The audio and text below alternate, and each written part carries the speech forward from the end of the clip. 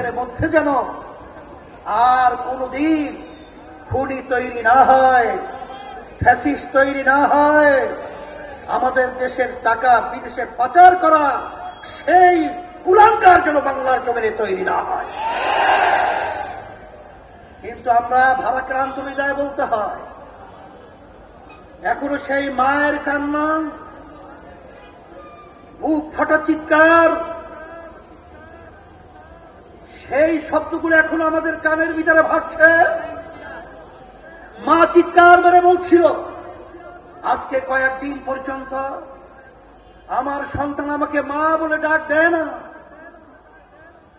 আমি ধিক্কার জানাই, আমি ঘৃণা করি সেই লোভীদেরকে, যারা এই সব ইতিহাস ভুলে, যারা ক্ষমতায় যাওয়ার জন্য, আজকে দেশকে শান্তি করার জন্য যারা চাঁদাবাজে লিপ্ত হয়েছে, টেন্ডারবাজে লিপ্ত হয়েছে, জায়গা দখলে লিপ্ত হয়েছে, ওদেরকে আমরা ধিক্কার জানাই, ঘৃণা জানাই।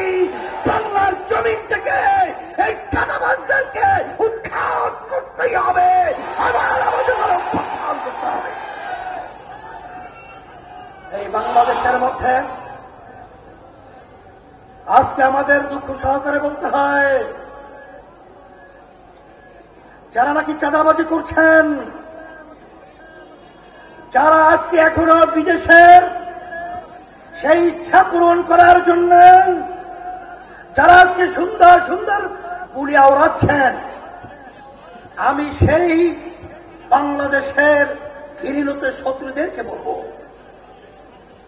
সেই জুলাই, সেই 5ই আগস্ট আবার আজকে আমরা স্মরণ করছি। হাজার হাজার মায়ের কোল খালি হয়েছে,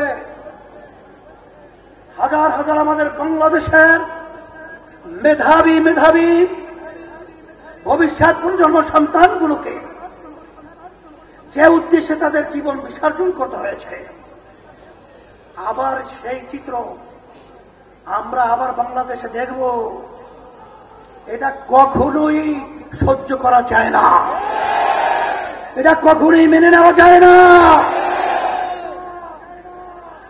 এই বাংলাদেশকে আমরা নতুনভাবে সাজাবার জন্য আমি আপনাদের উদাত্ত আহ্বান জানাব, আমাদের সেই চেতনাকে আমাদের বুকের ভিতরে ধারণ করে আমরা যেই উদ্দেশ্যে ফ্যাসিস্টকে তাড়িয়েছি, খুনিকে তাড়িয়েছি, এখনো ক্ষমতা প্রেমিকরা সেই দোষে কিন্তু এখনো তারা নিমজ্জিত রয়েছে।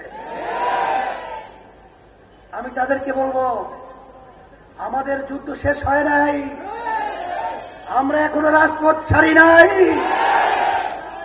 তোমরা বাংলাদেশকে মগের মূল্য পেয়েছো নাকি? না আমরা তোমাদের কাছে দেশকে ইজারা দিয়েছি? আমি এই দেশের সন্তান, আমরা এই দেশে জন্মগ্রহণ করেছি, এই দেশ আমার, এই দেশ সুন্দর করার দায়িত্ব আমাদের। ফ্যাসিস্ট, চাঁদাবাজ, মিথ্যুক এবং বিদেশের দাবেদারদেরকে এই বাংলার জমিনের মধ্যে আর মাথা উঁচু করে দাঁড়াতে দেয়া যাবে না।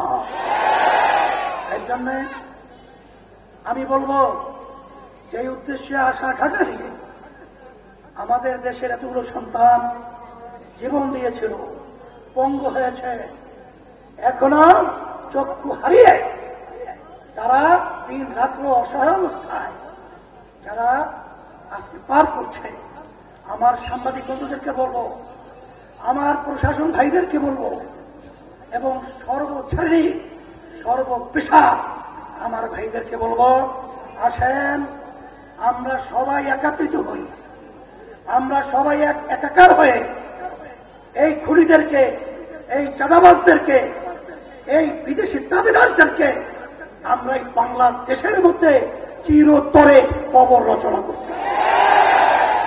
সেই হিসাবে আমি সকল কথা আহ্বান জানাচ্ছি, 5ই আগস্টের পরে আজকে বাংলাদেশ নতুন করা একটা ক্ষেত্র তৈরি হয়েছে। এই সুন্দর ক্ষেত্রকে যেন আমরা নষ্ট না করি, এইভাবে আমাদের সজাগ থাকতে হবে। আমরা সবাই একাকার হয়ে পিআর পদ্ধতি নির্বাচনের মাধ্যমে জাতীয় সরকার তৈরি করে আমরা এই দেশকে সুন্দর করব। আল্লাহ রাব্বুল আলামিন আমাদের সকলকে এই সুন্দর দেশ করার এবং এই আশায় আমরা একাত্রিত কাজ করতে পারি আল্লাহ তৌফিক দান করুন।